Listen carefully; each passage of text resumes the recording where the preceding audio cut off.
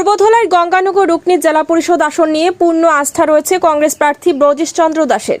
তিনি আমাদের প্রতিনিধির সাথে এক সাক্ষাৎকারে বলেন, বিজেপি দল তাকে অর্থের কিনতে চেয়েছিল, কিন্তু তবুও তিনি রাজি হননি। দেখুন এই প্রতিবেদনে। নমস্কার দাদা, আজকে আপনার কাছে আমরা পৌঁছচ্ছি এর জন্য যে আপনি একজন জেলা পরিষদ সদস্য, গঙ্গানগর রুকনি নাকি রুকনি, গঙ্গানগর রুকনি জেলা পরিষদ 3/25 গঙ্গানগর রুকনি জেলা পরিষদ। আচ্ছা, আপনি কোন দল থেকে দাঁড়িয়েছেন? আমি ভারতীয় জাতীয় কংগ্রেস দল থেকে দাঁড়িয়েছি। আমার এখানে 8টি জিপি নিয়ে আমার সমষ্টিটা, এই সমষ্টিতে আমার নাম শ্রী ব্রজেশ চন্দ্র দাস। আমি ভারতীয় জাতীয় কংগ্রেসের মনোনীত প্রার্থী। আমাকে দল টিকিট দিয়েছে। আমি আমার এলাকার সর্বসাধারণের একজন পছন্দ ব্যক্তিত্ব, তাই সবাই আমাকে বলেছে আপনি এগিয়ে যান, আমরা আপনার পাশে আছি। আমি এইভাবে দল মত নির্বিশেষে সবার কাছে আমি সেই অনুরোধটুকু রাখেছি। ওনারা বলেছে আমরা আছি, পাশে আছি। আগামী দিনে আপনাকে আমরা পাশে পাবো, এই উদ্দেশ্যে সবাই আমাকে আশীর্বাদ করেছে। আচ্ছা, আপনার যে জেলা পরিষদ সমষ্টি আছে, এই সমষ্টিতে বিজেপির খুব একটা তাবড় একটা প্রভাব রয়েছে, এ নিয়ে আপনি কি বলবেন? দেখেন, বর্তমান সরকার যেভাবে প্রতারণা মানুষকে দিচ্ছে, তাই মানুষ তাদেরকে বিদ্রোহ করছে।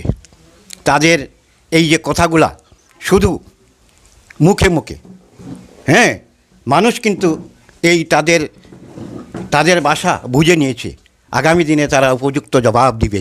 এই সরকারকে আর মানুষ চাচ্ছে না, কারণ এই সরকার মানুষের উপকার যেটা করছে তাকে অপকার অনেক বেশি করছে। কারণ অর্থনীতি, এই সরকার যেভাবে অর্থনীতিকে একদম নিচে নিয়ে গেছে, আগামী দিনে মানুষ রাস্তায় বারোই আসবে এই রকম অনুভব হইতেছে। কেননা দেখেন, ছোটো ছোটো ব্যবসায়ী সব ধ্বংস হয়ে যার এই সরকারের ইয়েতে। এখন কিছুদিন আগে আমাদের মুখ্যমন্ত্রী বলেছেন লুঙ্গি এবং ধুতির সরকার। আর আপনারা এই সিম্বলটা হাত চিহ্ন দিয়া কিনা করতে, এখন লুঙ্গি আর তক্কির, এই লুঙ্গি আর ধুতির সিম্বল দিয়া রাজনীতি করেন। তো গতিকে মনোবৃত্তিটা দেখেন, এই গণতন্ত্র দেশে এই রকম মনোবৃত্তি হওয়া কি উচিত? একজন চিফ মিনিস্টার বা একজন প্রধান আমরা ব্যক্তিত্ব হয়ে এইভাবে কথা বলাটা আমার মনে হয় খুব ভালো নয়। হ্যাঁ, ঠিক আছে, আপনি তো যা বললেন, কিন্তু বিজেপি বলছে কংগ্রেস অস্তিত্বহীন, আর কংগ্রেসের যারা প্রার্থী আছেন তাদের বিপক্ষে একটা এজেন্ট দেওয়ারও ক্ষমতা রাখে না। আর কংগ্রেস অনেক জায়গায় তাদের প্রার্থী দিতে পারেনি, তার জন্য বিজেপি ওয়াকওভার পেয়েছে। এ নিয়ে কী বলবেন? দেখেন, ওরা টাকা পয়সা এমনভাবে আছে, টাকা পয়সায় ওরা ভরপুর। ওরা ব্যক্তিত্ব কি, ওরা তো টাকা পয়সা দিয়ে মানুষকে কিনে নিচ্ছে, ধমকি দিচ্ছে, তাদের হাতে প্রশাসন সব কিছু, তারা ধমকি দিয়ে মানুষকে বসিয়ে দিচ্ছে। তারা ধমকির মধ্যে যেমন আমাকেও অনেক বলেছে, 12 লক্ষ টাকা পর্যন্ত আমাকে বলেছে। কারা বলেছে? ওই তো বিজেপির দল বলে। কে বলেছে? বিজেপির দলের বহুত আসছে, আমি তো তাদের নাম নিন না। নাম এই সুমেন, তারপরে আপনার সুবুধ, একদম আরও আমার ছেলে আছে রাকু দাস, আমার কাছে এসছে। বিভিন্নভাবে আমার সোমেন সুবুধ এরা কারা? বিজেপির তারা এখন তো কিচ্ছু না, এখন তো দলীয় একজন মানুষ, দলের একজন মানুষ। সুবুধ মনে করে আপনার স্টেট লেভেলে কি ইয়েতে আসছে, আমি সঠিক তার এটা আবার টাকার প্রলোভনটা কখন দিয়েছিল? এই তো আগে আমাকে বলেছে আপনি উইথড্র করে নেন, আপনি এই টাকা নিয়ে নেন, আপনি এই টাকা পাইলে আপনার সব কিছু। আমি কইছি দেখো, আমি তো একজন ব্যক্তিত্ব মানুষ, আমি টাকা নিয়ে আমার সমাজকে বিসর্জন দিতে পারবো না। আমি দীর্ঘদিন তাকে দলে আছি, আর আগামী এই ভবিষ্যতেও থাকবো। আমি এই টাকার প্রলোভনে আমার জাতিকে ছেলে ফেলতে পারবো না। এই কথা অনেকরে বলছি, শেষ পর্যন্ত আমি না পারে আমি একটা উদ্দেশ্য করছি। আমি দলকে বলেছি যে আমি তো বাড়িতে থাকতে পারি না, আমাকে একটা ব্যবস্থা করো। তখন দল আমাকে এখান থেকে বলেছে তুমি এসে যাও। আমি 3 দিন শিলচরে রয়েছি কোনো হোটেলে। এরপরে যখন সব কিছু হয়ে গেছে এরপরে আমি আসছি।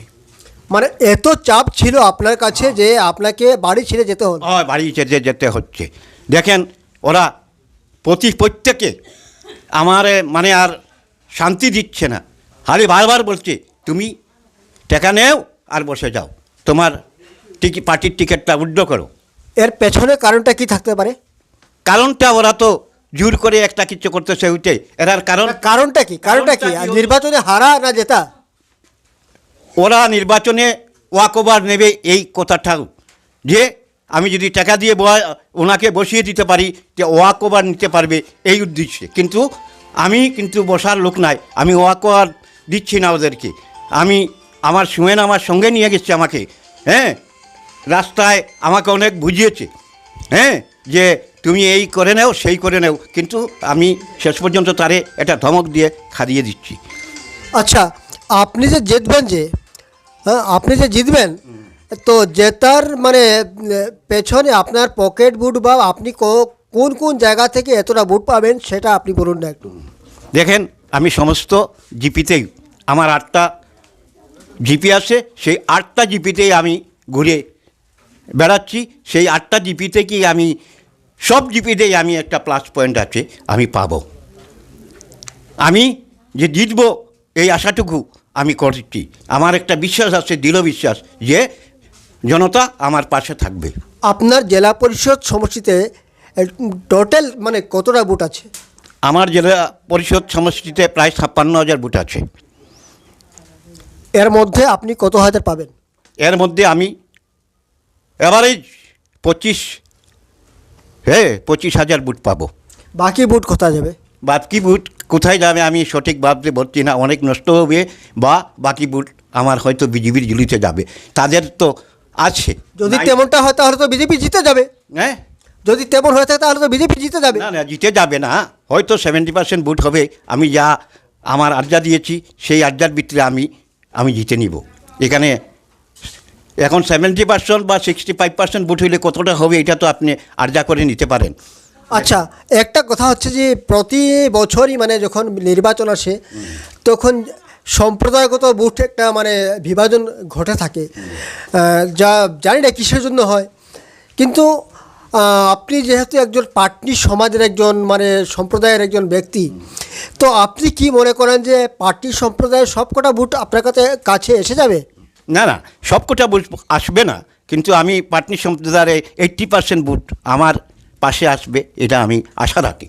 আর সংখ্যালঘু ভোট? সংখ্যালঘু ভোট ধরেন 99% সংখ্যালঘু ভোট আমার পাশে আসবে, এটা আমি আশা রাখি। বাগান জনজাতির কেমন ভোট আছে? হ্যাঁ, বাগান ভোট কেমন আছে? বাগানের বলেন আমার একটা পার্সেন্টেজ আসবে, আমি বাগান ভোটও পাবো, এটা আমার আশা রাখি। তার মানে আপনাদের আপনাদের কংগ্রেস দলের 20% ভোট আছে, আর বাগান ভোট একটা পার্সেন্টেজ আসবে। আর আপনি পার্টি সম্প্রদায় থেকে আরও কিছু মানে 80% ভোট পেয়ে যাবেন। মাইনরিটি ভোট যেটা আছে এটা পেয়ে যাবেন, 99% পেয়ে যাবেন। তার মানে আপনি বলতে চাইছি যে আপনার জয় সুনিশ্চিত নাকি? সুনিশ্চিত, আমার জয় সুনিশ্চিত, আমি এটা মনে করছি। চ্যালেঞ্জ দিচ্ছেন আপনি বিজেপি? নিশ্চয় চ্যালেঞ্জ দিচ্ছি আমি বিজেপিকে। তা আপনি এমনভাবে কথা বলছেন যেন আপনার জয় সম্পূর্ণ নিশ্চিত হয়ে গেছে। হ্যাঁ, নিশ্চয়। আমি বলছি যে এখন জনতা জনার্দন, আমি যেভাবে তাদের বলেছি বা তারা যেভাবে শুনতেছি, আমি আশা রাখি যে আগামী দিনে আমাকে ছেড়ে তারা যাবে না। তো ঠিক আছে, গঙ্গানগর রুকনি জেলা পরিষদের আপনি একজন জেলা পরিষদ সদস্য, আপনার সাথে কথা বললাম, অনেক ভালো লাগলো।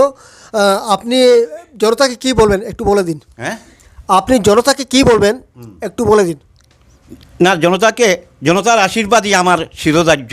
জনতাকে এটাই আমি বলছি, আপনারা সবার আশীর্বাদ যেন আমাকে শিরোধার্য থাকে। আমার নাম শ্রী বজেন্দ্রচন্দ্র দাস, ভারতীয় জাতীয় কংগ্রেসের 3/25 নং গঙ্গানগর রুকনি জেলা পরিষদের আমি মনোনীত আঞ্চলিক ডিস্ট্রিক্ট সদস্য, জেলা পরিষদ সদস্য। গতিকে আমার এই 8টা জিপির মানুষও আমাকে খুবই পছন্দ করেছে। ওনারা আমাকে নিশ্চয় বিপুল ভোটে জয়যুক্ত করবেন এই আশা রাখি। ধন্যবাদ।